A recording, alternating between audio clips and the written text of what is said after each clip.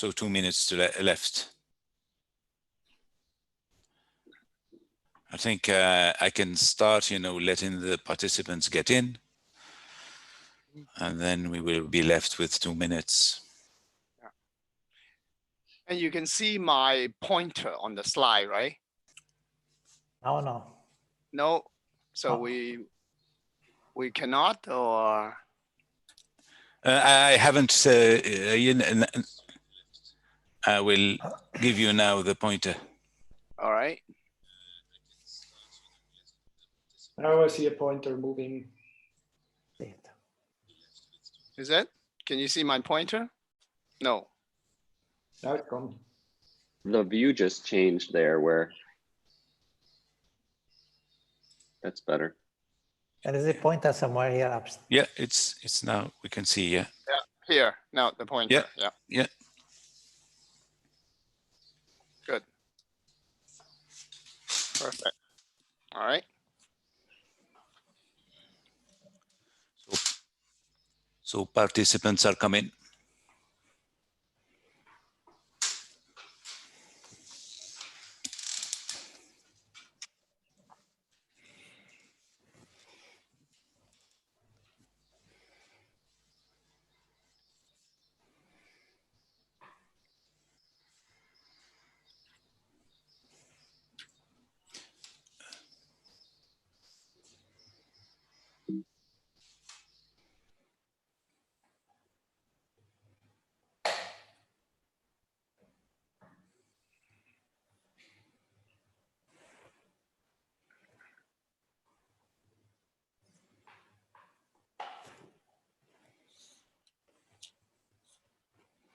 I think we can start. Is that? All right. Yes, please. So all right. Okay. It's for Ahmed. I will start introducing you. Mm-hmm. So welcome everybody to this edition of ARS webinar on COVID-19 in children. I'm Ahmed Kantar. I'm the head of the Pediatric Asthma and Cough Center in Bergamo, Italy. I would like to thank the Pediatric Assembly of ARS for organizing this event, in particular, Marielle Bidenberg and Jonathan Greek for their efforts to organize it for us. As you know, we are in a challenging period in which we should share information globally to help in the right fight against COVID-19. In fact, we can't downplay risks in children. COVID-19 is teaching us to expect the unexpected. At the beginning of this pandemic, children seemed to be relatively spared.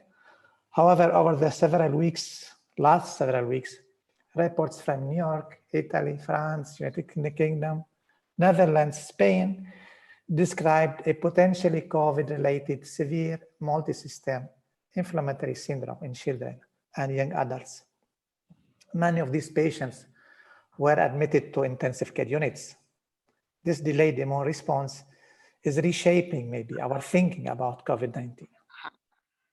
Pediatric community is concerned if this is a tip of an iceberg of a disease that we still don't know. Today, we will have 3 eminent speakers that will help us in understanding some aspects of this disease, and in particular, respiratory diseases during this crisis. After the 3 lectures, we will have a discussion for 15 minutes, and speakers will answer your questions. Please, you can send your questions during the talk by clicking on the QA, questions and answers, at the lower bottom, at the lower part of the screen. So with great pleasure, I would like to introduce Professor Gary Yong from the Department of Pediatrics and School of Public Health at the Chinese University of Hong Kong. So Gary, you take over now, please. Great, thank you. So we'll be going over what we have learned from the early lessons of the children presented with this disease, and we'll also be discussing, what else do we really need to know in terms of research priority to understand the disease in children, which may help us to deal with the problem in adults. And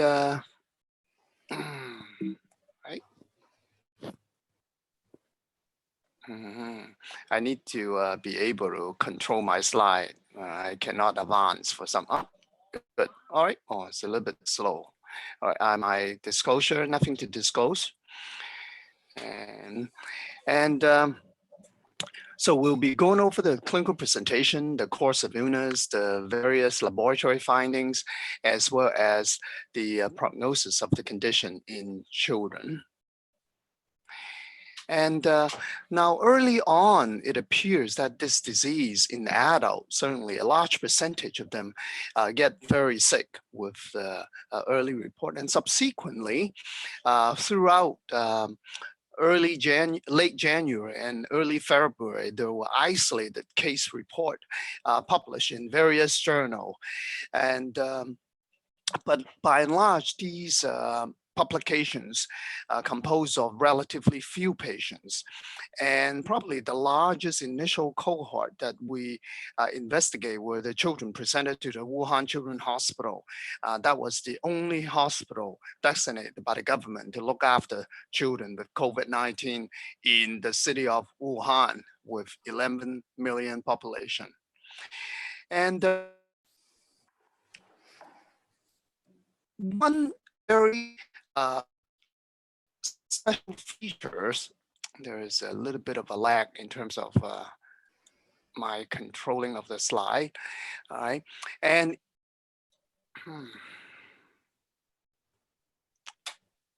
sorry about that. Let's go back one slide. All right, right here.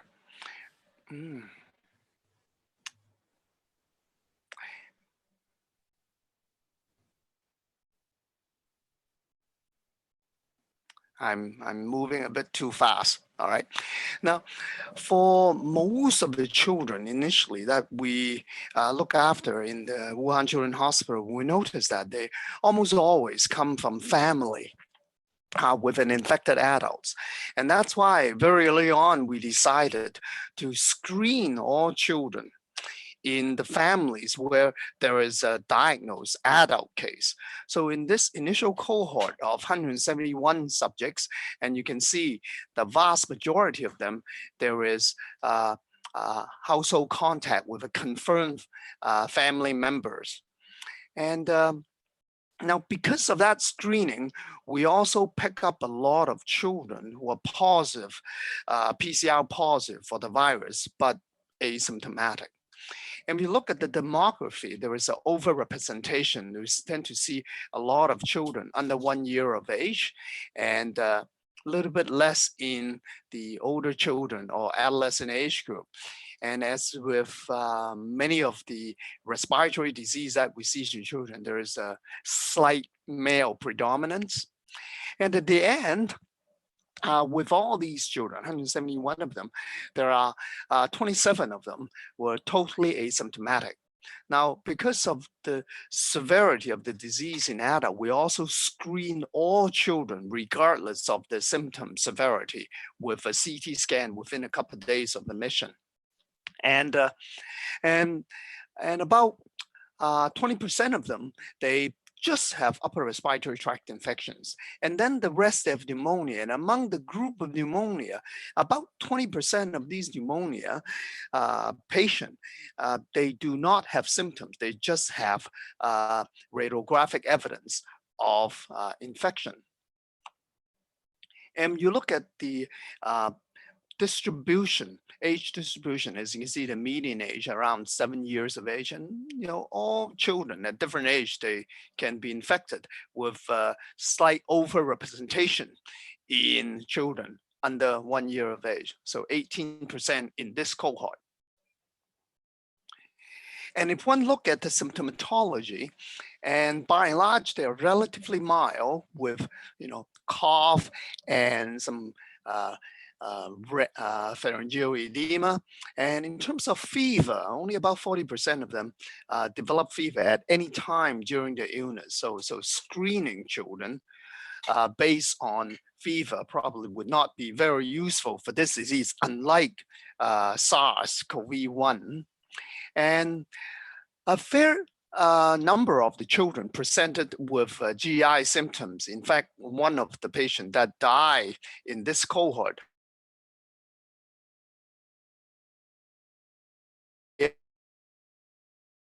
and subsequently developed severe lung disease and died. And among this cohort, very small percentage of them, as you can see here, only 4 actually were severe enough to be admitted to intensive care, with 1 with non-invasive and 3 with invasive ventilation. And these 4, 2 had underlying leukemia, 1 had a known hydronephrosis, and the other one presented with intersusception. And let me just pick up. So since then, we've accumulated a bigger cohort, and when we break them down, you can see here, basically it's very similar to the early cohort, 171 of them. And with a couple more severe pneumonia. And again, remain only 1.8%, 3 of them had invasive ventilation. And one particular features, we noticed that among all 300, there were no one with underlying asthma. So asthma doesn't seem to be a significant risk factor for development of COVID-19. And also in our cohort, we did not have any patient with features suggestive of Kawasaki disease. Now, mind you, in the Chinese population, in Oriental population, Kawasaki disease in general is about, depending on where you go, in Japan, for example, is about 10 times higher than that in England and United States. In China, it's about 5 to 6 times higher, the background incidence. But we do not see a signal of increased prevalence of Kawasaki disease in our population.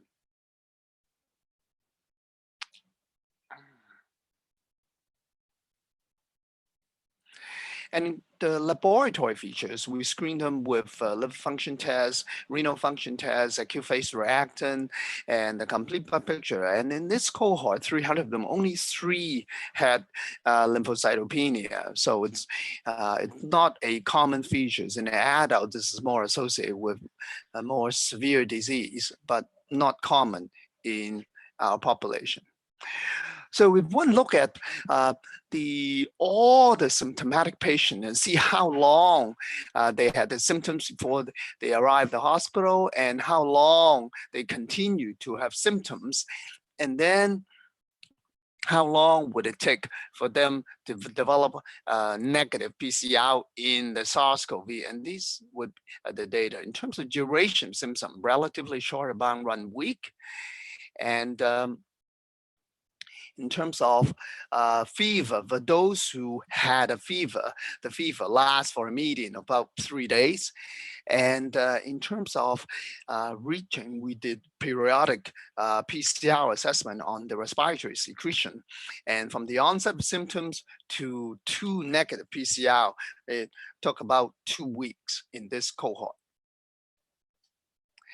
In terms of the CT scan, the changes are very similar to the adult population, and a bilateral ground glass opacity, as shown in this CT images. The most common findings, some are unilateral and some with a little bit of patchy infiltrates bilaterally, and very few had some interstitial abnormalities.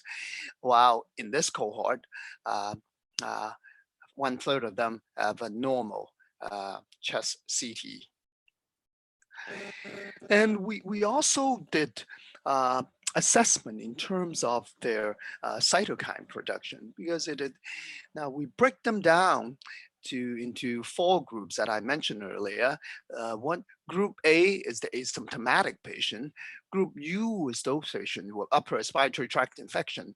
PS is that group with symptomatic pneumonia, and PA is the asymptomatic pneumonia. Now, as you can see here, these 6 cytokines that we measure clearly in terms of IL-6, IL-10, interferon gamma, and TNF-alpha significantly elevated in the group of patients with symptomatic pneumonia compared to the other group, particularly compared to asymptomatic or patient with upper respiratory tract infection. Now, I guess the question is whether the cytokines will increase because of the severity of the illness, or is it because the cytokines increase resulting in a more severe disease will require further research. And there was also a publication from the Chinese CDC data in which they primarily look at the demographic features and epidemiology data with very little clinical data. But in terms of the distribution, is very similar to our cohort from the Wuhan Children's Hospital. So those under 1 year tend to be overrepresented. And in the whole of China that I'm aware of, there were 3 pediatric deaths.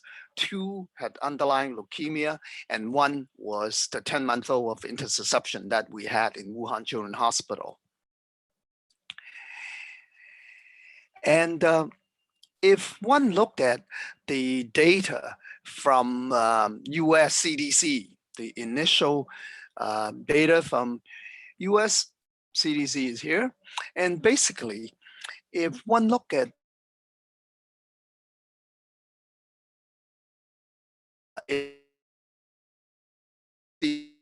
about 2% of all the cases are children under 18 years of age, and a very small percentage required admission to the ICU. And again, there is a slight overrepresentation of those infants under 1 year of age, and it appears that they may be a little bit more severe than the other patients.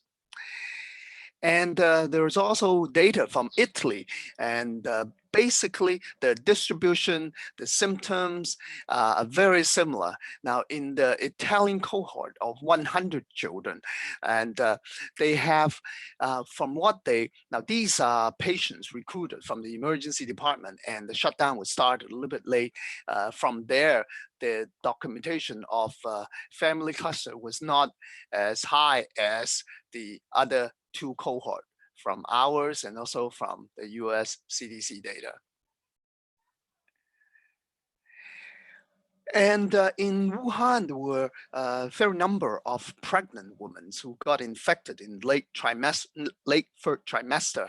And there's this report with 33 cases, and only 3 of the infants after birth were found to be infected, and 2 of them were full term, and 1 was a preterm infant.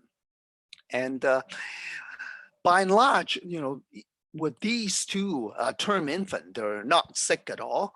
And the slightly sicker child was the 31-weeker, who actually the degree of illness probably explained by the prematurity rather than the COVID-19 infection. All of them recover, all 3 of them. So the percentage, 3 out of 33, is very low. But of course, there have been reported of pediatric deaths, particularly even for previously healthy children.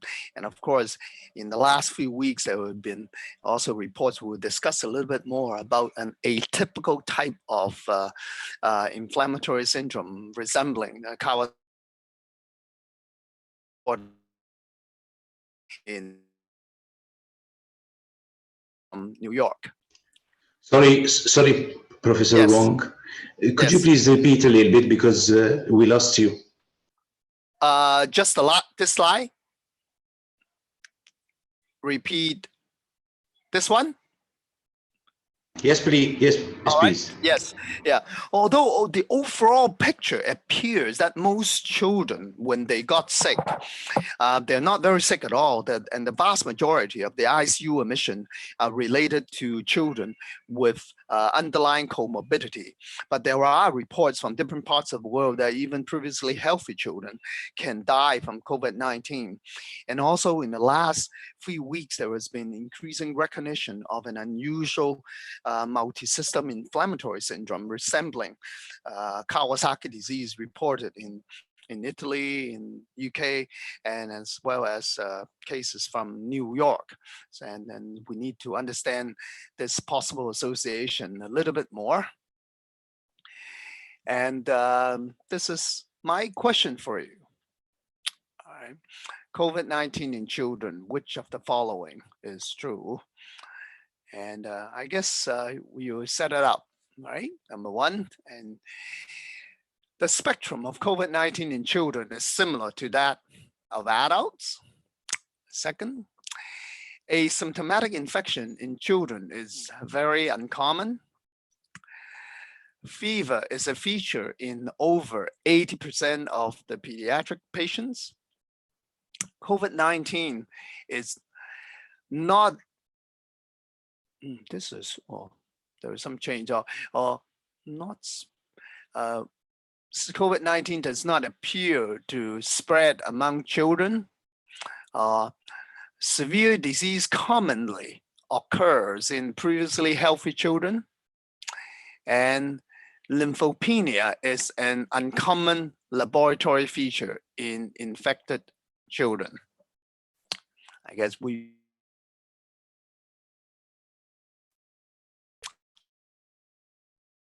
5 seconds to click on your answer.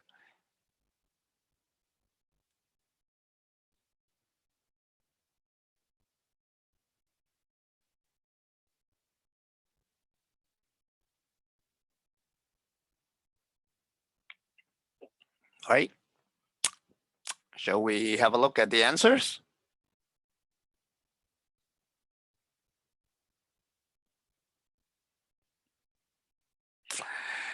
All right. Wow. Now, of course, as what I have described in the all 3 to 4 large cohorts, the spectrum of illness in children is actually quite a bit milder than adult. And of course, asymptomatic infections, it's quite common actually. In our hands, it's about 20%. And fever actually occurs in all 3 large series. It's less than 50%. And COVID-19, of course, can spread. Well, this may be a bit more difficult, depending on how and well, can COVID-19 infect the children? Of course, different age group. All children can be infected, from neonates, children, and adolescent. But the spreading of infection, I think from children to children, we still need a little bit more data. And of course, severe disease most commonly occur in those with underlying disease. And I'm glad that most of you picked that up in terms of the top answers. Lymphopenia is really uncommon in children. Right. And so in conclusion, most infected children have a very mild course and most recover uneventfully. And if one would start screening the children within a household where there is an adult contact, very often you'll be able to pick up these mildly symptomatic and asymptomatic children. And now the transmission potential appears right now, when we look at the data, is relatively low, but there are data in adults that the asymptomatic infected person shed as many virus as in the symptomatic patient. But in our data set, we did look at the viral load of the children, and we find actually the symptomatic patient, particularly those with pneumonia, has a slightly higher viral load shedding compared to the asymptomatic children. And we need to watch out for those children with comorbid condition, and particular younger infants. They are at risk for more severe disease, and in children, we also watch out for atypical symptoms and GI symptom as the sole representation. Very often, early on, they may just present with GI symptoms. and hopefully clear understanding of the immune system in infected children in particular. Why the majority of children are so mild may help to shine some light into how we may be able to deal with the severe disease in adult population. And thank you very much for your attention. Thank you. You need to unmute. Cannot hear you.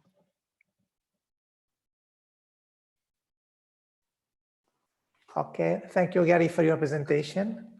Now we'll go ahead with the second speaker, is Professor Daniel Jackson from Wisconsin Medicine. And his talk is about asthma, allergy, and COVID-19, the ACE2 receptor. So please, Daniel. All right, I'd like to thank the organizers for the opportunity to speak to you all today, and be happy to talk about some recent work that we've been putting together related to COVID-19.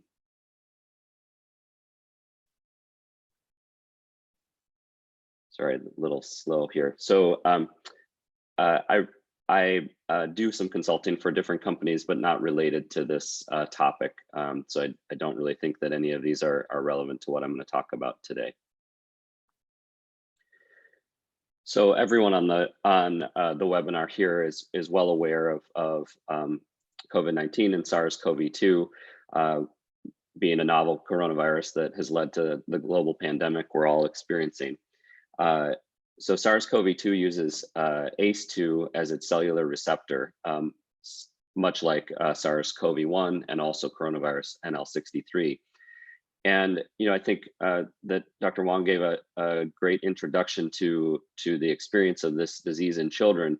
And it's clear we need to identify risk factors for severe COVID-19 in terms of directing development of new treatments and infection prevention strategies. I don't have to tell all of you that respiratory viruses clearly lead to more severe illness in patients with respiratory allergies and asthma. And we wanted to ask the question of whether this is observed with SARS-CoV-2. So when we think of epidemiology of COVID-19, early reports from China, New York, and US and Canadian ICUs have not identified allergic diseases or asthma as risk factors for severe COVID-19 in adults or children. And this is really in striking contrast to other respiratory viruses. For example, in 2009 with the H1N1 pandemic, asthma was a very significant risk factor.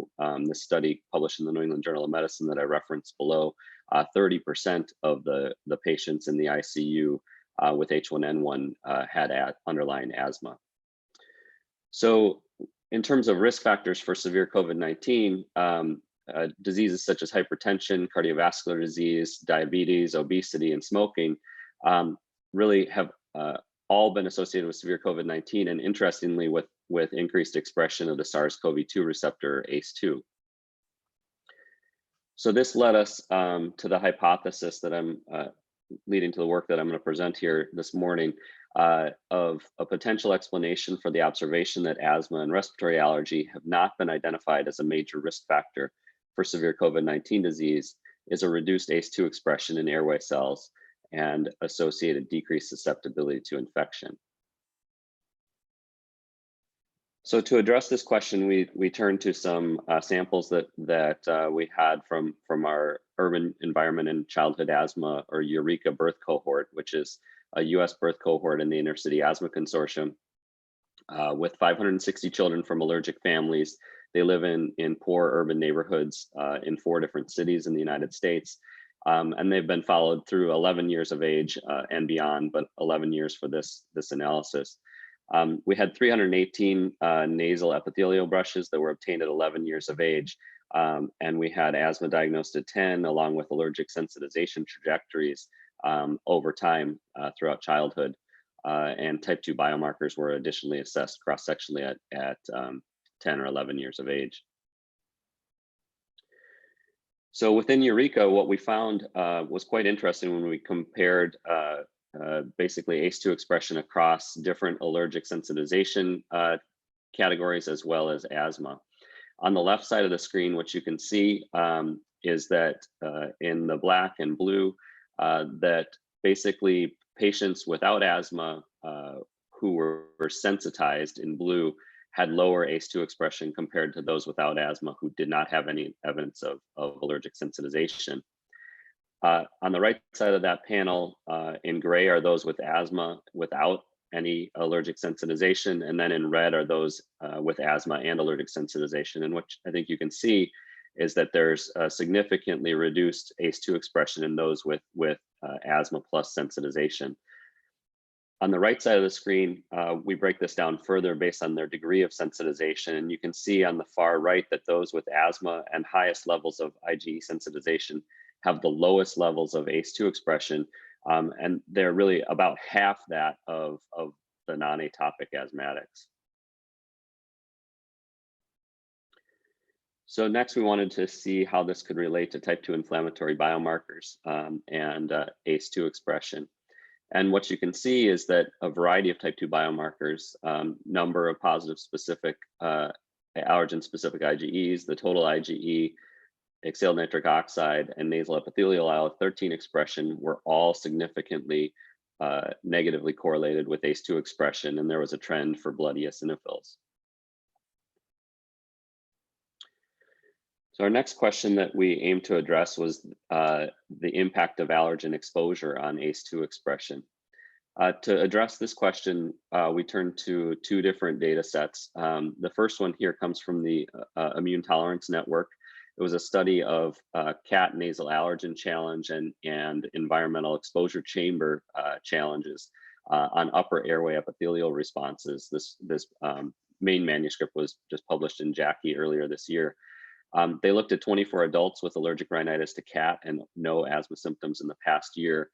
And they had nasal epithelial cells that were collected at baseline and after NAC as well as environmental exposure chamber challenge, and then had RNA-seq analyses of the upper airway epithelium. And what we found in this study, when we looked at ACE2 expression, we found that allergen challenge reduces ACE2 expression in the upper airway. So that is true whether the challenge was done by nasal allergen challenge or the environmental allergen challenge. So it was about a 20% reduction from baseline to post-allergen challenge in terms of the ACE2 expression. So we had access to another cohort that does segmental allergen challenges where we could look at lower airway epithelial responses. For this study, it was 23 adults, mostly young adults with mild asthma, who were not on any controller therapy, so no inhaled corticosteroids. And they had bronchial epithelial cells collected at baseline and then after a segmental allergen challenge to cat, dust mite, or ragweed. And once again, had similar RNA-seq analyses, except this time of the lower airway epithelium. And what we saw in this study was that allergen challenge very significantly reduced ACE2 expression in the lower airway by about 35%. So when you compare baseline to post-allergen challenge, significant reductions in ACE2 expression in the lower airway. So I'll ask a question now, and then we'll open it up for your answers.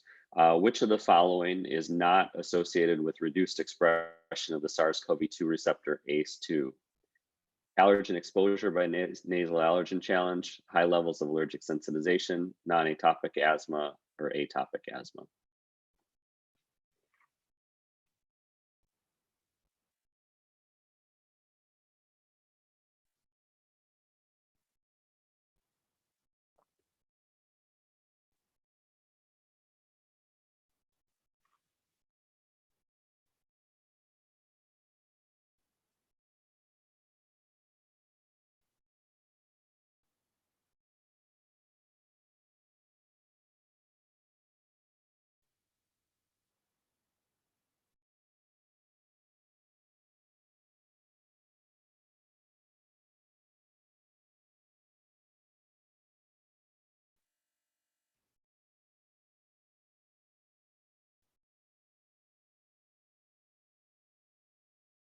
You want to go ahead and see the answers?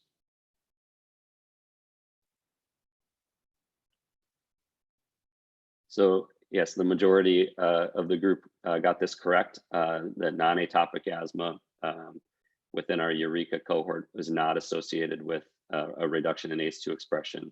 So the findings we've seen are most associated with allergic sensitization, allergen exposure, and then the lowest values are seen in the highly atopic children with asthma.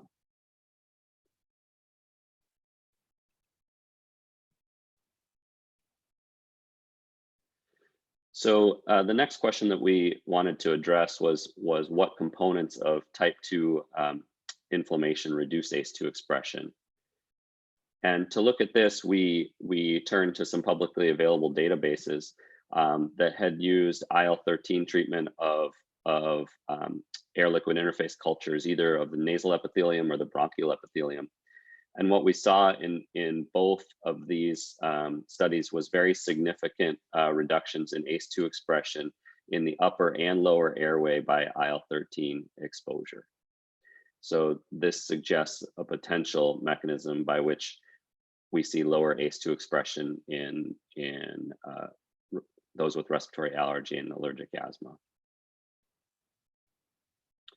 So in summary, we've seen that allergic sensitization is associated with reduced ACE2 expression, and ACE2 levels are lowest in those with both high levels of allergic sensitization and asthma.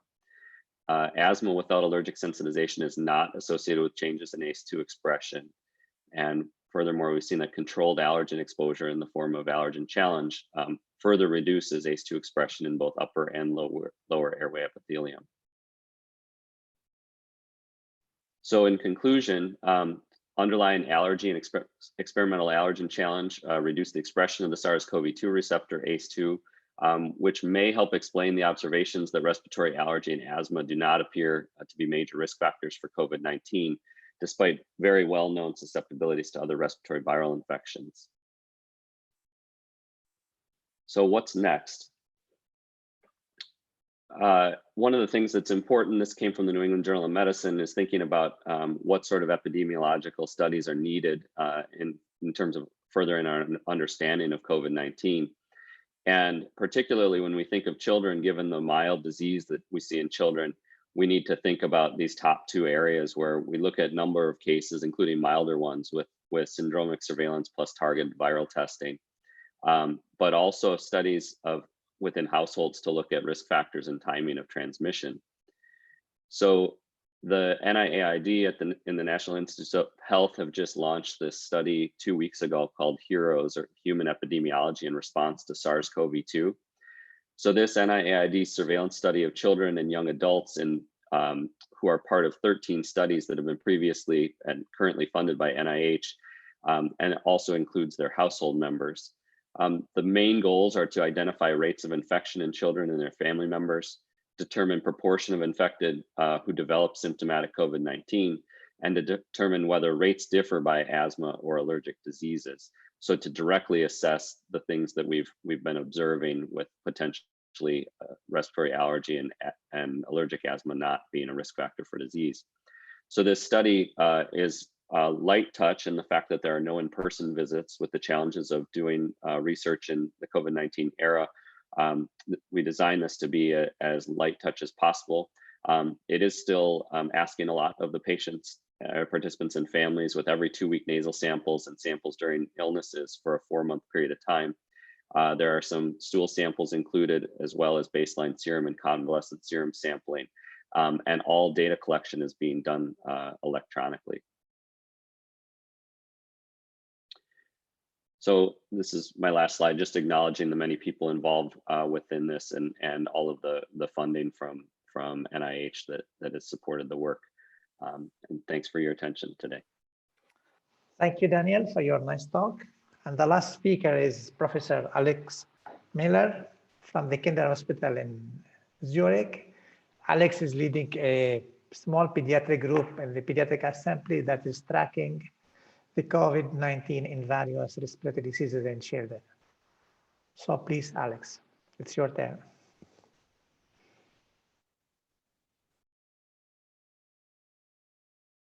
You must open your microphone. You are please, muted, Alex.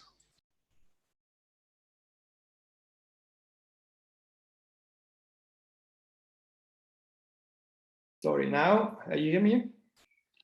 Can Yes, you hear okay. me? Okay, thank you very much for inviting me to give a short overview of the survey we did actually. So the motivation was, I just have to see how I have to change my slides.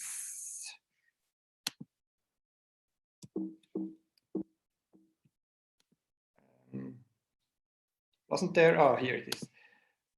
So my only conflict of interest is that I'm married with a physiotherapist and we don't have any COVID cases in the family until now, despite being half Italian.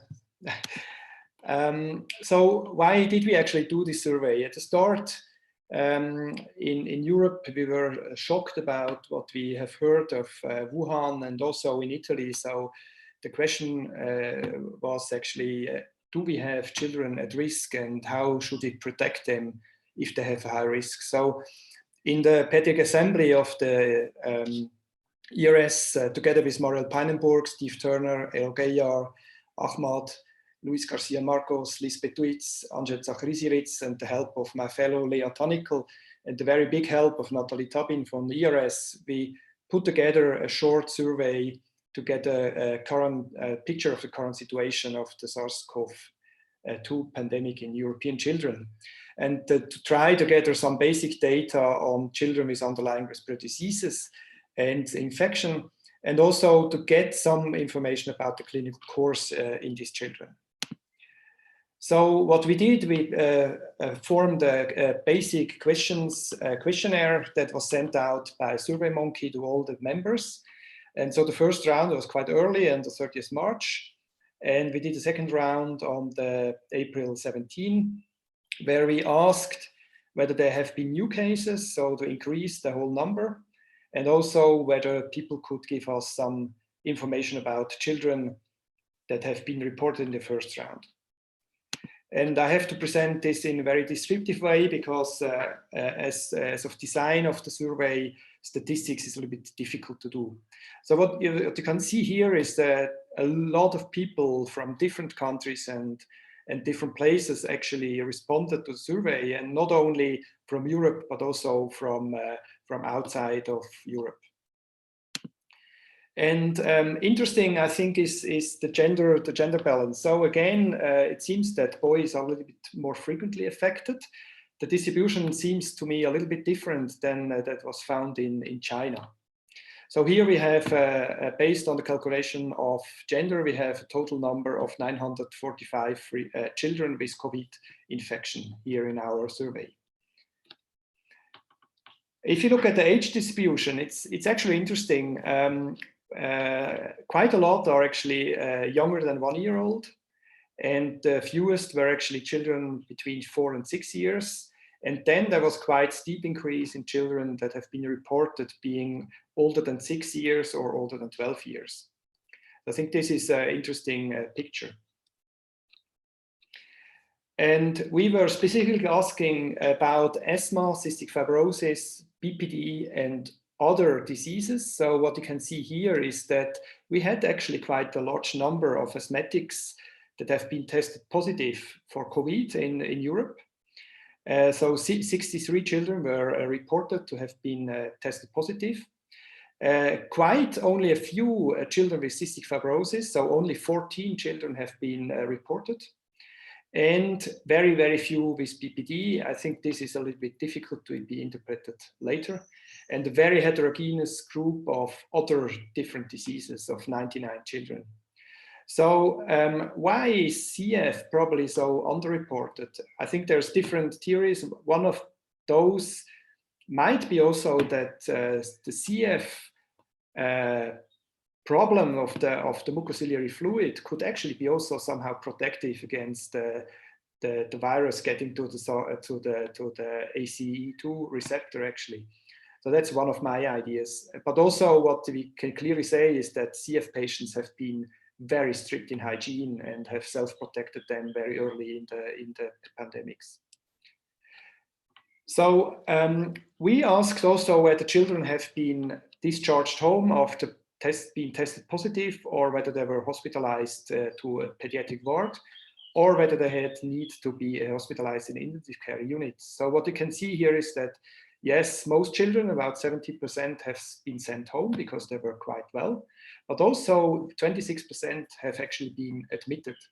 So the question here is a little bit, were they so severe, or was it just due to the case that everybody was, it was early in the pandemic, like Switzerland, we were very cautious, and I think many children have been also hospitalized just to be safe and to have a good overview.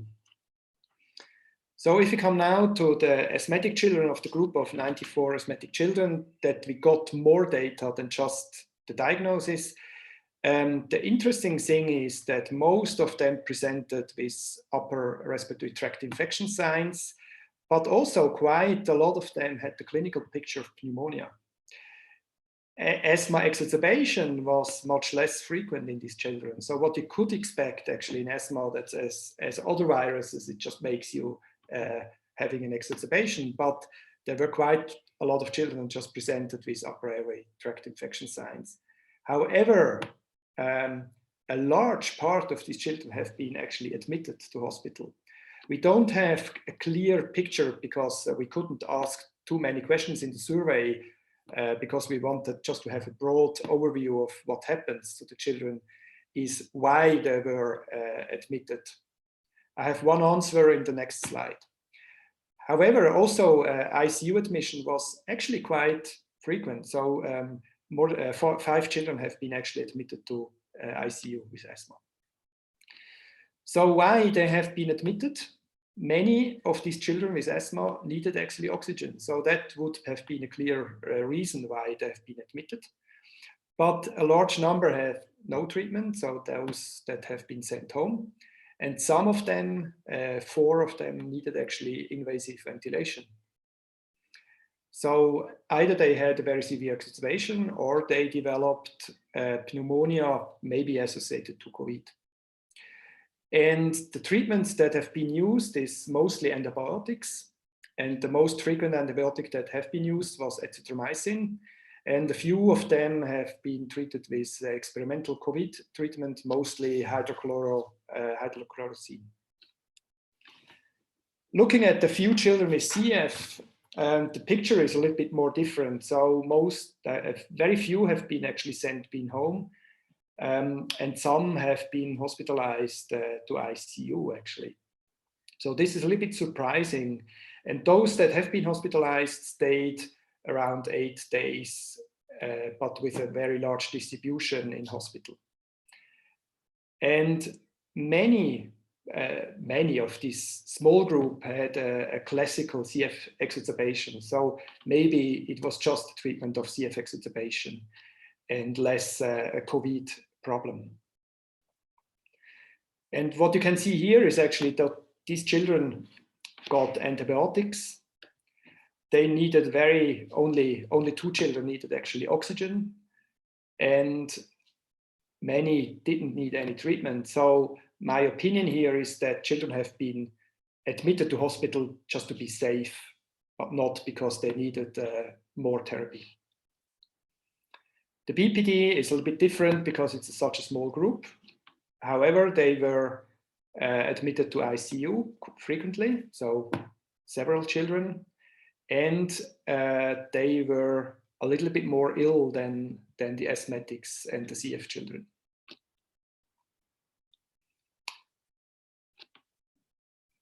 This is a percentage. It's a little, sorry for the legend here. It's wrong. This is the percentage of children, and you see that there was actually 1 child that needed invasive ventilation, and most of these children got azithromycin as a therapy.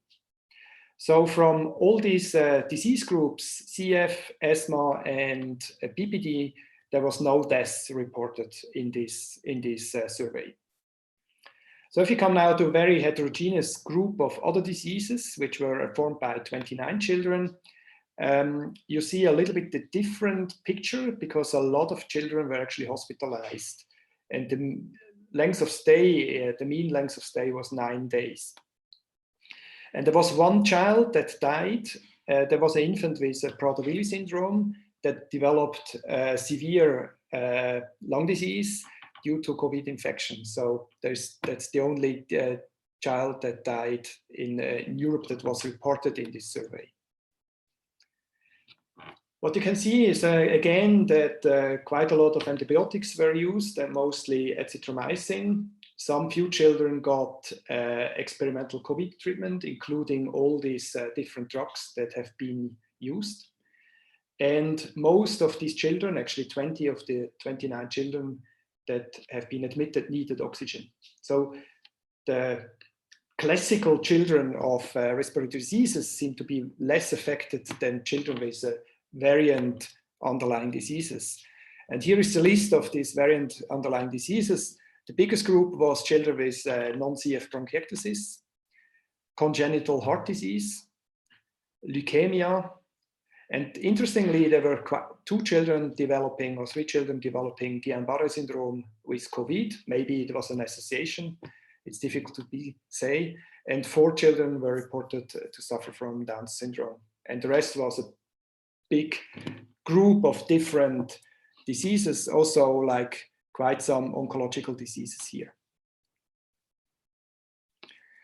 So we also asked about if X-ray or CT scan was performed, which was the most relevant or predominant change. And what you can see here is that in the X-rays, the bilateral patchy shadowing was most frequently reported, and local patchy infiltrates, but only quite a few interstitial signs, which was a little bit different in the CT scans where they have been performed. There was more obvious interstitial signs, and this is a little bit different to what you have found in China. So my question is, children with asthma and COVID-19 infection were admitted to hospital in less than 1%, in 10% of cases, in more than 50%, and more than 10% were actually admitted to ICU.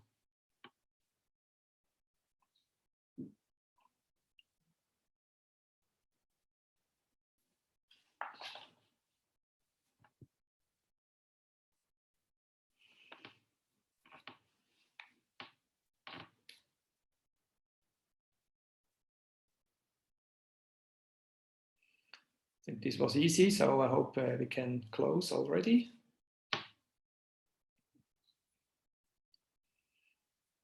Yeah, actually, in this cohort that was reported, were actually more than 50% were actually hospitalized of children with asthma.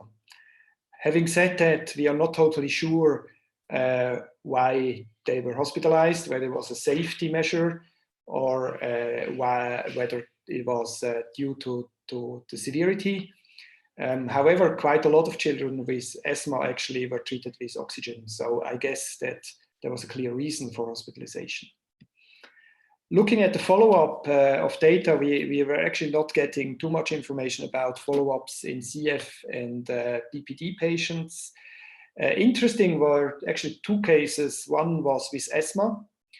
And this child was a 15-year-old child that developed pneumothorax, and that was the reason actually for ICU hospitalization, because it was severely affected by the pneumothorax. And they did a CT scan and found a lot of bullae. So this was like a precondition. And so I think it was a classical picture of asthma exacerbation presenting with pneumothorax. The second asthmatic that was referred here was actually diagnosed by COVID pre-surgery because he had appendicitis. So that was not associated to asthma, but to his appendicitis. And there were 2 children very severely ill with interstitial lung disease that have been long-term intubated in hospital.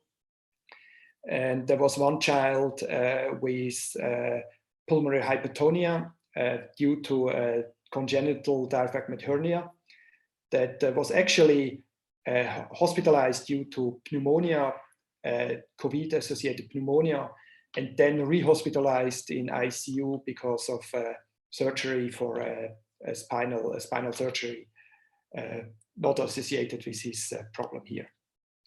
So we were able actually to collect some data from a quite large group of children with COVID infection over the whole Europe. Due to the design of the survey, the details of the results are limited, I have to say.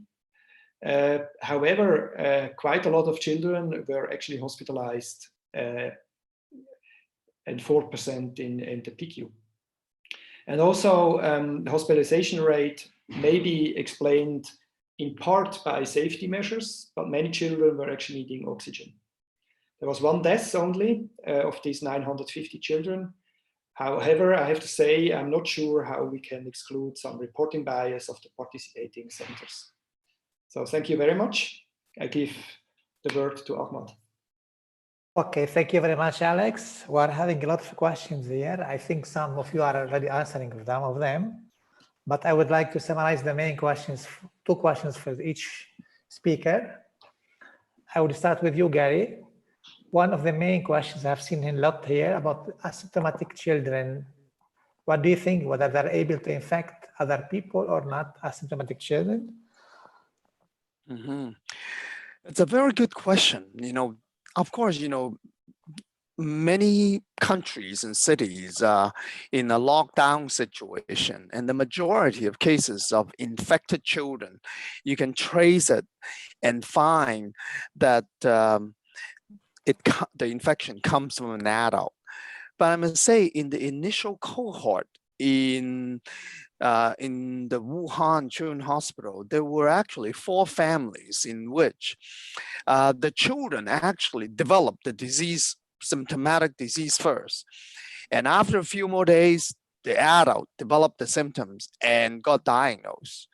Now, of course, one can argue that, maybe the kids and the children were exposed to the same source and got infected when the incubation period was shorter in the children. But we really cannot rule out the fact that, maybe the children were infected in that case and then spread the infection to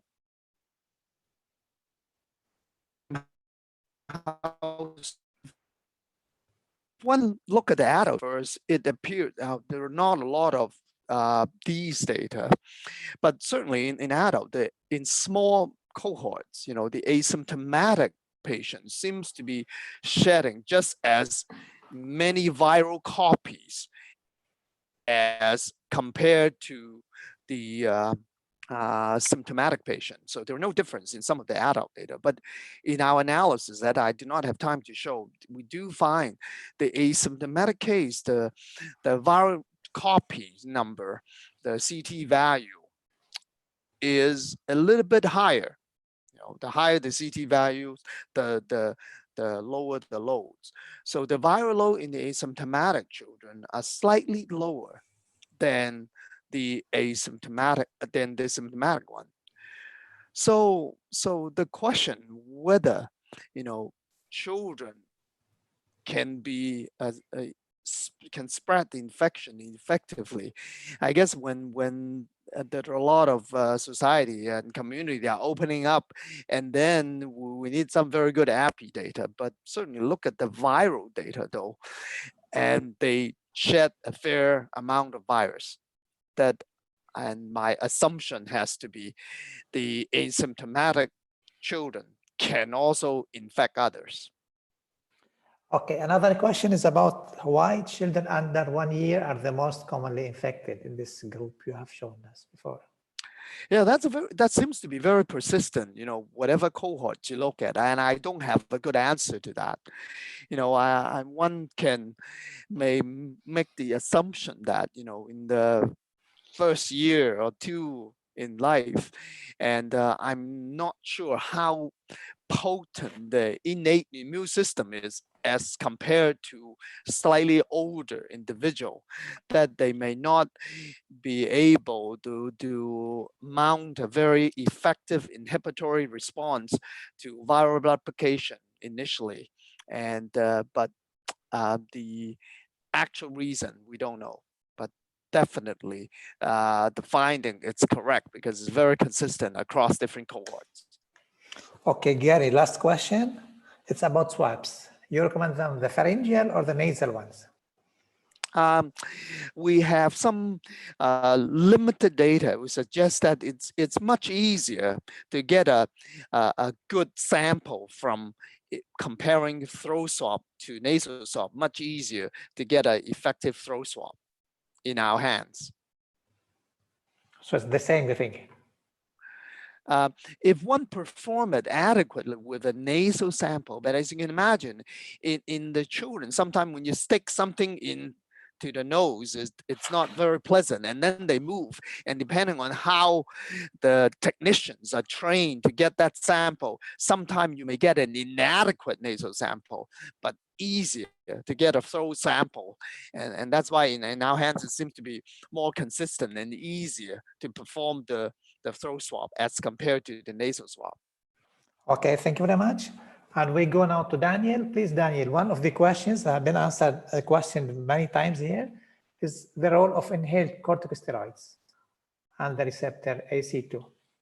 Yeah, so there's limited data on the role of ICS and ACE2 receptor expression. There was a study that was just published from the Severe Asthma Research Program in adults in the US that looked at sputum ACE2 expression and found a dose response with ICS dosing. The higher the ICS dosing, the lower the ACE2 expression.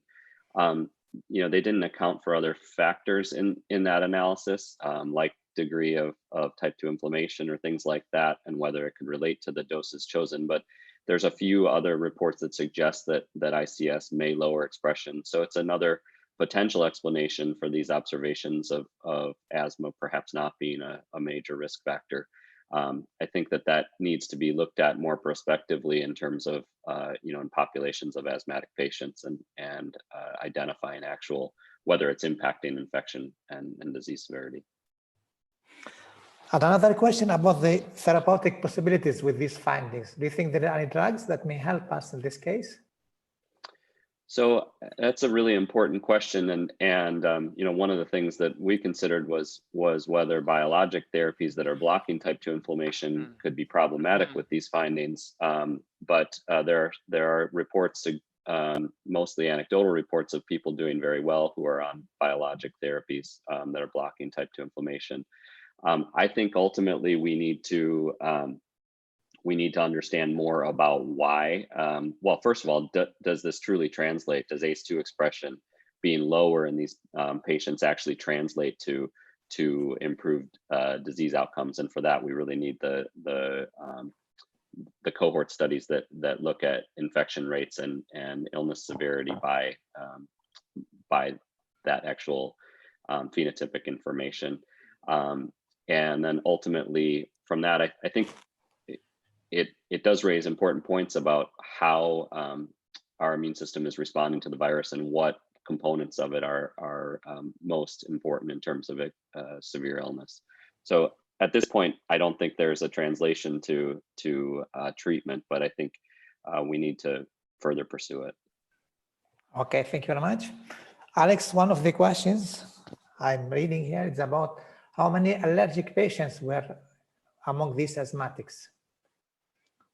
Yeah, as of the design of our survey, we didn't ask a difference between allergic and non-allergic asthmatics, so I can't give an answer here. We actually plan to probably do a very much detailed survey again, focusing on asthmatic children, because I think this is the largest pediatric disease population. So it would be interesting to understand more about asthma and COVID from a clinical point of view also.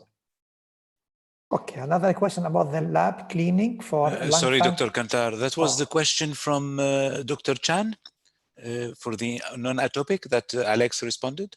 Yeah. Okay, then we need to click on answer live so people can see the answer. Oh, okay, see.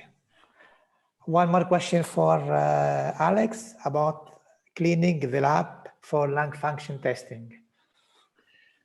Yeah, this is a very difficult question because we don't know really the distribution of the virus in the general pediatric population. So for sure, I mean, we have to be clear that we are responsible for the patients, the parents, but also from the lung function technicians.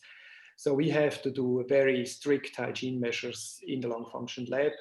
What we did, we reduced the number of lung functions very much, and we performed lung function pretty much only in the body plethysmography box with a closed door to protect the people around the lung function equipment from infection, because we didn't test all the children before lung function. Well, I think okay, thank you, Alex. Yeah. I go back to Gary for one more question. What is the testing strategy for newborns? Sorry, Dr. Kantar, can you say from whom this question is posted? This question is from Madhura, Dr. Madhura. What's the testing strategy for newborns of COVID-19 positive mothers? Is screening with PCR at 24 and 48 hours sufficient? Or should we retest after 2 weeks? Well, first of all, the risk of the newborn getting infected from mother, from the literature, and also from the experience in Wuhan is very low. And even if they get infected, they're not very sick. And in general, the children would be tested within 24 to 48 hours, and then there will be repeated testing. If the initial one is negative, tests will be repeated within another 24 to 48 hours. And I guess we still need to learn a little bit more the exact route of transmission.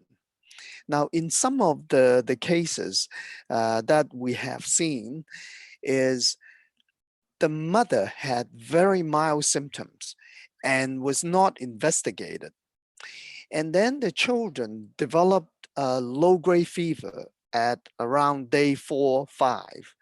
You know, exactly when the children got infected, we don't really know through what route. It could be a vertical transmission during the process of delivery, or it's a postpartum contact between the mother and the child. And also within these families, very often there are multiple members, the grandparents who are also infected and they have been in contact with the neonate. I think to answer that properly, we really need to systematically study mother if they were diagnosed before delivery, and then test the children serially to answer the question, when and where would the neonates get infected? Yeah. Okay, one more question for you. It's for you, maybe it's a good one. Thank you for your answers. This is about the possibility of from whom, Dr. Kantar? Sorry. This is from Latios, Dimitrios Latios. And he's saying, what's the probability of a second wave of COVID-19? Well, judging from what we've learned from the epidemiology of this infection, you know, as long as there is community transmission, and I would think once we relax the social distancing rule and reopening up the economy, we will see more infections. And so I think there is, you know, because currently there is no effective treatment, and an effective vaccine is still a long way to go. I do think once we relax our restriction, whatever type we have, we will see more infections. And I think we have to watch very carefully, in particular, you know, when we allow the kids go back to school, and in some country it will be this September, and then we have to, you know, conduct very good epidemiology study and see what would be the pattern of spreading of the infection. I'm aware of there was actually an outbreak in the nursery in Canada where quite a few children were infected and there were also adult infected, and that was a nursery for essential workers, for the workers to healthcare workers. So I do think there will be a second wave, and the extent of it, it really depends on and how we respond to it and how we maintain our social distancing procedures. Okay, one more question for you. It's from Dr. Abla Mustafa. Azithromycin as antibiotic or as anti-inflammatory drug? Was this a question to me? Azithromycin, is it used as an antibiotic or anti-inflammatory drug in this case? In the cases I got, COVID, yeah? I think that was used to be safe, on the safe side for COVID infection, because we would not use azithromycin in children with pneumonia as a primary therapy. It's not according to what we would do. Actually, we would use penicillin rather than a macrolide in these children. So I think it was used as a protective measure, as one of these very well studied, more or less experimental treatments for COVID infection. One more question for you, Alex. When do you decide not to testing lung function for security reason? Can you estimate for bronchial dilatation? If yes, how? So, I mean, what you should do very carefully is any provocation tests that induces cough, or such as also a medical line test, or if you do exercise challenge test, where you actually know from a very nice study that has been done in a wind channel that if you run, you produce a lot of droplets that spread around yourself. So what I would not do if you have a lot of children with COVID is do any challenge tests. This should be a clear situation. Gary, one more question to you. Thank you, Alex. From Dr. Risconi, the probability of being infected in newborns in Italy or in Europe could be higher because of breastfeeding. That's much more higher than in China, I mean, please. Well, I guess, if the mother is infected and if there's if the infant is breastfed, of course, the mother, it's spreading the virus right very close to the infant. I would presume, the infection rate would be higher that way. But I refer to the infection rate. It's low in newborn. It's low from vertical transmission. Postnatal contact of the baby and an infected person. And that person most likely is an adult. Of course, in that, the infection rate will be very high. Okay, thank you. One more question about the seroconversion in children, and this is from Sediu, Dr. Sediu. What time it takes for seroconversion in children? We have some data on the seroconversion, and there are also data in adults, and very often after an infection, by day 5 to day 7, they mount an IgM response, and by 2 weeks, in about 80% of them, you'll be able to find an IgG response. And in our children, we assess them after they were discharged at a median of around 3 weeks after they were discharged from hospital, when they have completely recovered, and also their the RT-PCR in the nasal samples or oral samples are negative. And around 80% of them were able to detect SARS-CoV-2 specific antibody against the S protein in 80% of them. Okay, one more question to you. And this is about the antibodies in breast milk and via placenta. Do you think they can pass this way? And it's been asked by Dr. Mafilili. Well, in the context of COVID-19, there is no data, but one would assume in general, antibodies can be passed through, from the mother through the placenta to the baby. But to what extent and what sort of protection, and it would, well, there's no data to guide us on that. Okay, one more question. Thank you. One more question for Professor Jackson. Would you like to check if there is any differences in age groups for the ACE2 receptors? Yeah, so there's a little bit of data in some other studies looking at ACE2 expression by age, suggesting that it can be higher, but I haven't seen a large study that examines that. And when Gary was talking about infants, that came to mind as well as, could it be a reason for susceptibility if there's differential expression in early life?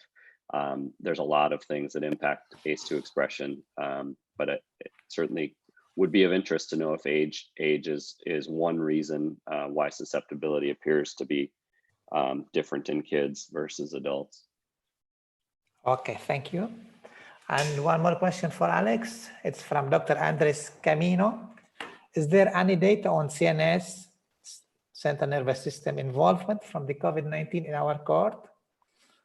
No, actually, there have been one child reported with seizures, actually.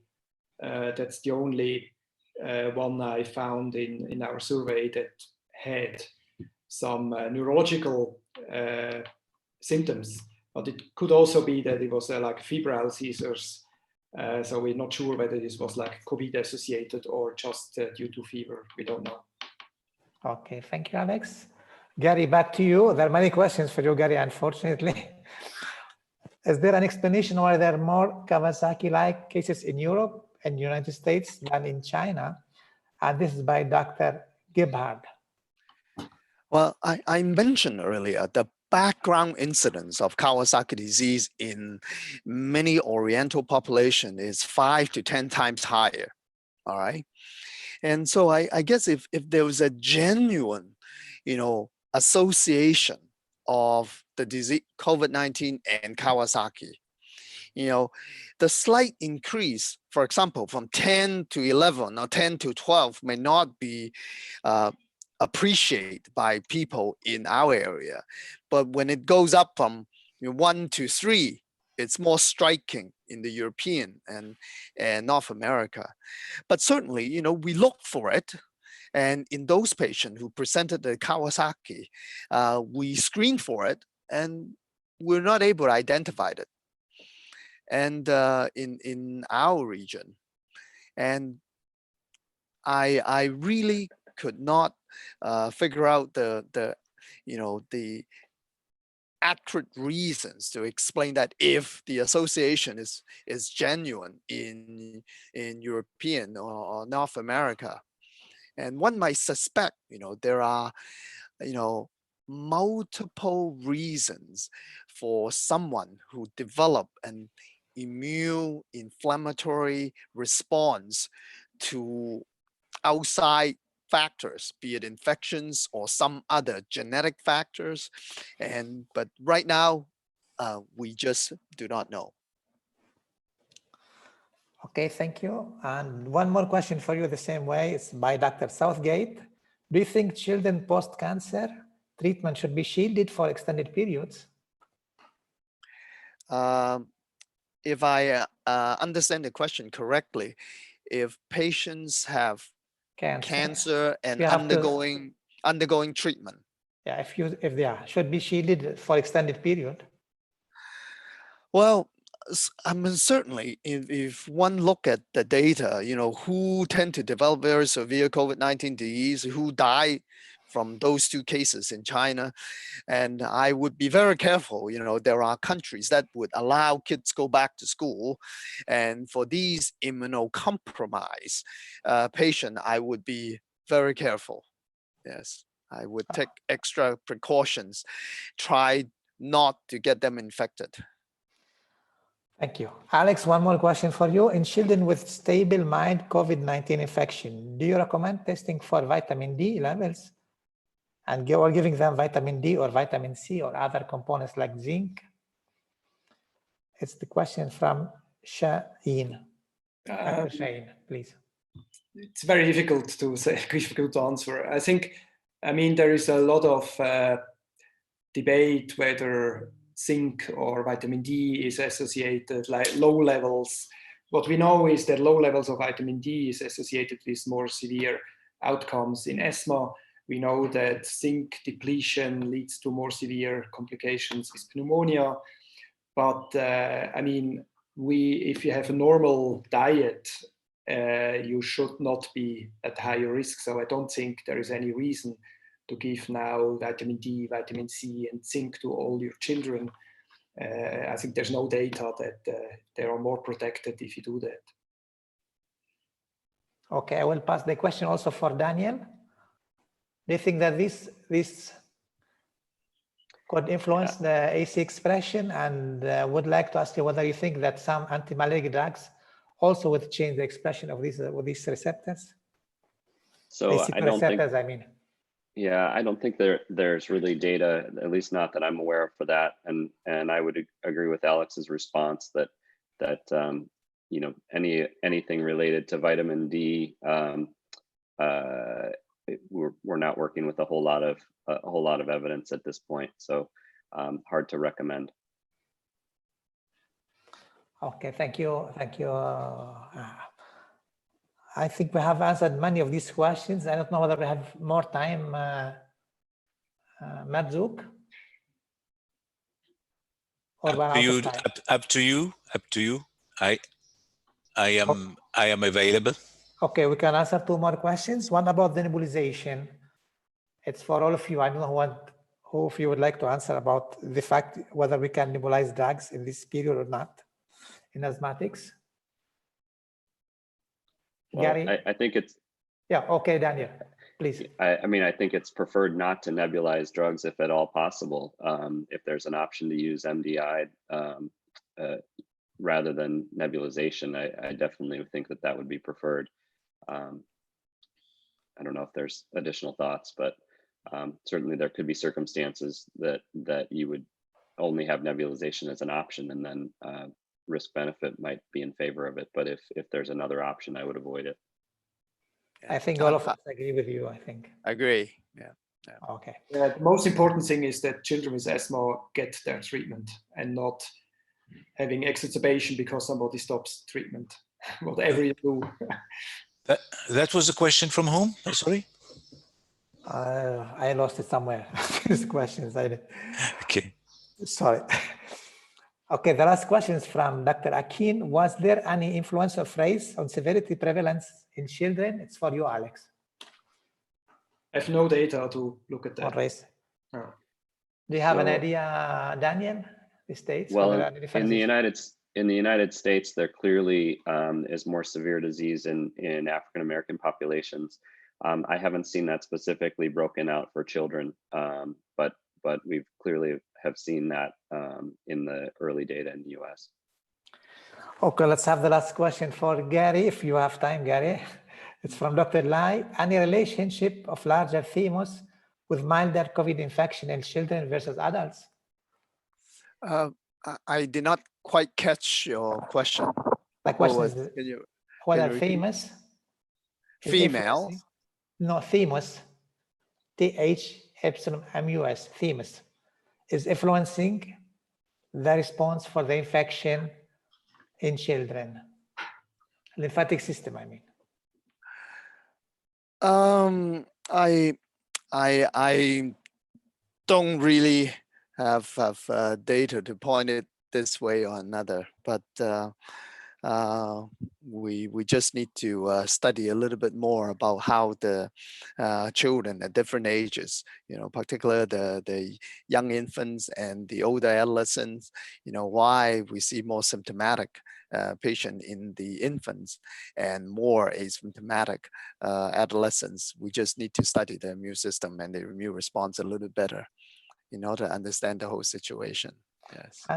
And another question from Dr. Camino, was there a high rate of co-infection in children with other viruses too? Not only the coronavirus during their admission? We did look out for that, and about 1/3, 20% to 30% of them were able to identify other virus or mycoplasma and influenza. but by and large, they don't seem to be particularly sicker if they're co-infected. But of course, the numbers we're dealing with it's relatively small. Thank you. Last question. Dr. Tetiana is asking whether we should recommend any preventive drugs for children who will attend the kindergarten or schools. Alex, what do you think? No, I don't. I would not recommend any preventive treatment. If you're not asthmatic, if you're asthmatic, you should have your preventive treatment because you have asthma. And if you are cystic fibrosis patients, you should have your preventive treatment because you have CF. But I don't think you should do any treatment to send children back to school when they are healthy. Okay, thank you, Alex. I would like to thank all the participants in this webinar for their kind questions and for staying with us all of this time. Also, I would like to ask all the speakers, Alex, Daniel, and Gary, for their nice talks and for answering all the questions. And the last thank is for the ARS for organizing with us this webinar. And we hope we're going to have other in the future for more information for all of us. Thank you all for your participation. Thank you very much. Thank you very much. Bye-bye. Have a great Bye-bye day. all. Thank you very much. Yeah. Thank Bye-bye. you. Bye. Bye-bye. Bye. Bye.